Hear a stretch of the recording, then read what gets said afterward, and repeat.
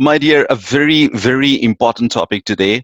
Actually, many people reach me and they ask me almost similar sort of questions. And the questions including the requirements for the Canada study visa and what IELTS is required for Canada study visa, and obviously what's the maximum gap we can have while applying for the Canada. So these are the basic and these are the main questions and the queries asked to our team. Remember that when it comes to Canada, so you cannot find a better destination than Canada for your study purpose. So if you want to study and live in Canada, so there are some stages and the steps that you have to keep in your mind. Remember, and obviously whatever I'm speaking on the behalf of my office in Canada, that is the head office in Canada, Toronto. And when it comes to apply and live in Canada, I mean, study and live in Canada. So there are three or four mainstream things that you have to keep in your mind. So if you're applying through a pretty qualified and experienced and professional people, I mean, if you're applying through the industry leaders, obviously the people who have got plenty of experience behind them, so you'll definitely feel at ease, and you will feel that as if you're at ease in your understanding power and the way the knowledge is being imparted to you. I mean, of course, that is going to lead you towards the comfort zone, and you will definitely imagine that you are under the supervision of the experienced people and the industry leaders. So study and live in Canada, and that needs no introduction. So Canada itself, I mean, it's a big brand for educational standard and international education. You see that, I mean, almost all the public universities in Canada that are offering the undergraduation and post-graduation programs, they are in the great QS ranking. So obviously in all the equal ranking systems which are important to recognize the subject teaching, the overall quality of the university, and obviously medium of instruction, and all the aspects which are so much important, and all the quality indicators which are really the basic things to identify the quality and the qualitative sort of stuff on the part of university. You will see that the Canadian universities, including Manitoba University, Trent University, Nipissing University, Laurentian University. So you see the York University, Saskatchewan University. So I mean, all these universities have got a great reputation around the world, and educational reputation that plays a vital role when you get your degree and you are moving towards your PR. So if you start learning with the industry leaders, obviously the things that they become quite easy for you to understand and quite easy for you to execute. And Canadian visa, I mean, it's all based on the technicalities. If you want to get the visa, if you say that, I mean, it's a normal perception in Pakistan that the Canadian visa is the toughest visa in Pakistan, and the people, I mean, they don't get visas. Yes, of course, the things, they become tough if they are not done systematically. So I mean, if you are doing the things systematically, they are really easy to do. And Canada is always looking forward for the intelligent people, the people with the good profiles. You cannot place a student with 50% or 45% or 55%, marks for the Canada education, and on the other hand, you are thinking that the student must get the visa for sure. So there is no visa surety, because visa surety is on the part of the Canadian immigration only. I mean, Canadian embassy can really assure the visa. So when it comes to the consultants, when it comes to the agent, they only have to play a role for the file making and that kind of stuff. So what actually makes a huge difference on the part of your Canadian application? The first thing is that you need to have great academics if you are applying for the Canada. You cannot apply in Canada less than 60% of the academics. So there are some institutions offering 55% or 50%, or I know some institutions they are offering the 45%. But the percentage of your academic that plays very important role, and the university's admission teams they realize that if this student academically is doing great in the home country, then there is every chance that this student is going to be an asset for our university here in Canada. So if you have got 60 or more than 60% academics, so you need to apply for the undergraduate, undergraduate, like say bachelor degree, and you can also apply for the 3-year diploma, advanced diploma, or 2-year diploma. So these diplomas can lead you towards a bachelor as well. I mean, for example, if you take 2 years diploma, undergrad diploma, and you study 2 years in diploma, and then you can really study further 2 years for the bachelor degree in Canada. So if you qualify for the direct bachelor, you should do for the direct bachelor, because in the direct bachelor you are going for the degree and you have maximum chances of the visa.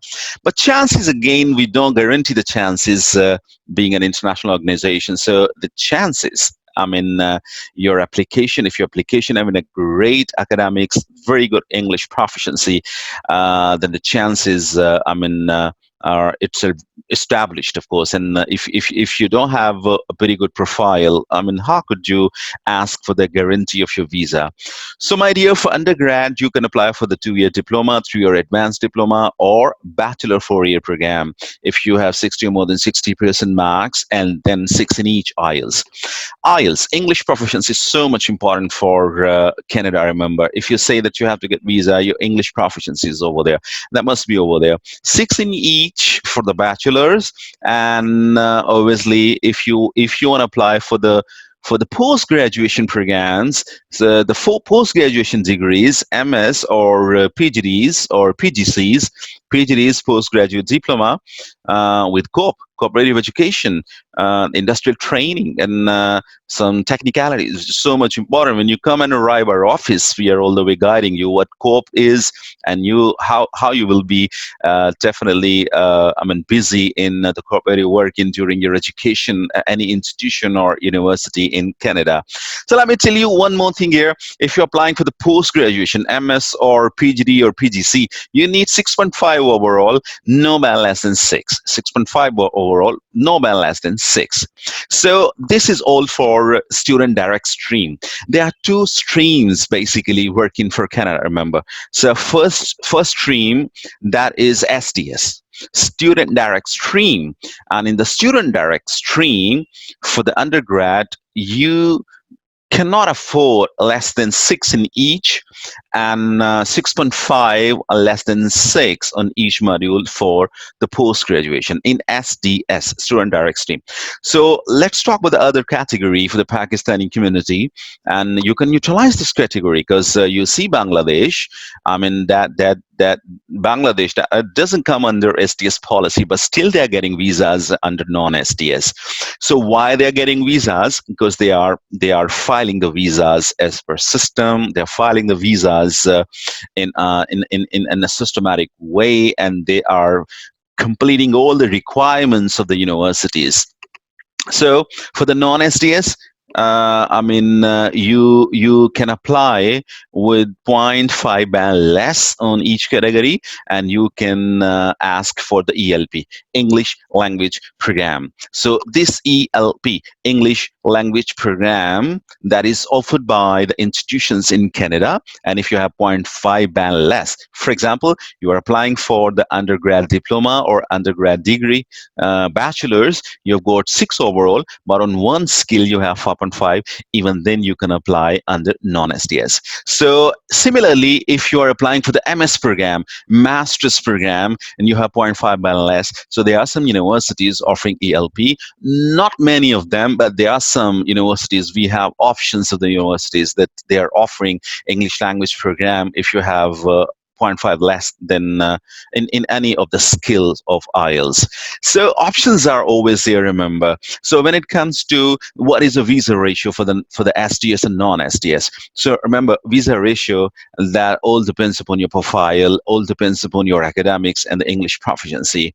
If you talk about any embassy in the world, including Canadian embassy, so they are over there to assess your application and grant you the visas.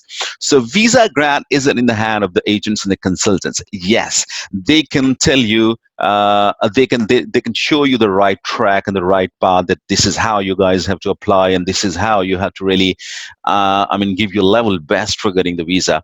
But at the end of the day, you can't request your agent or consultant that he or she is responsible for the visa. So visa responsibility altogether on Canadian High Commission. So that's why I believe if your profile is good, you can take either track, either of the tracks. So you can go for the SDS and you can go for the non-SDS.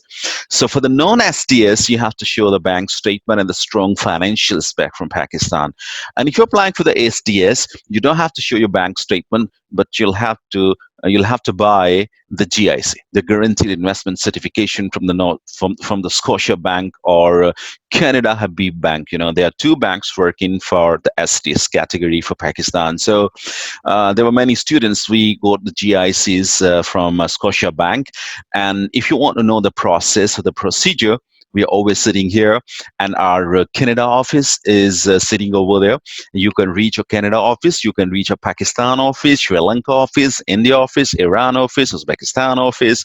So there are around 10 offices around the world, and we are leading in the Canadian student visa. And while you are working with the leaders, you can understand that there are maximum chances for your bright future. And we are guiding you all the way with the perfect information for the Canadian visa. And I believe so for the non-SDS and non-SDS, you will have a very, very, very fine, instructions from our professional team and professional team around the world.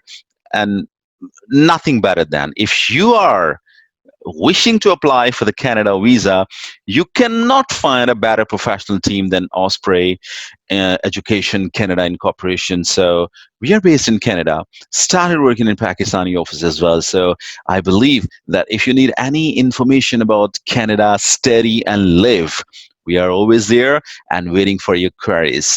So remember, SDS and non-SDS, both categories are open for the Pakistani community, and you have to take advantage, because I believe that after COVID-19, every country needs students, including Australia or Canada. But I believe that the Canada is going to be the first country to open its border for the students, because they have controlled or flattened the pandemic, the corona pandemic, I believe. So beautifully executed in Canada. And the one thing that really impressed me about Canada is that during the pandemic, they helped each student with 2,000 Canadian dollars, 2,000 CADs to every student. So this is the pro student approach.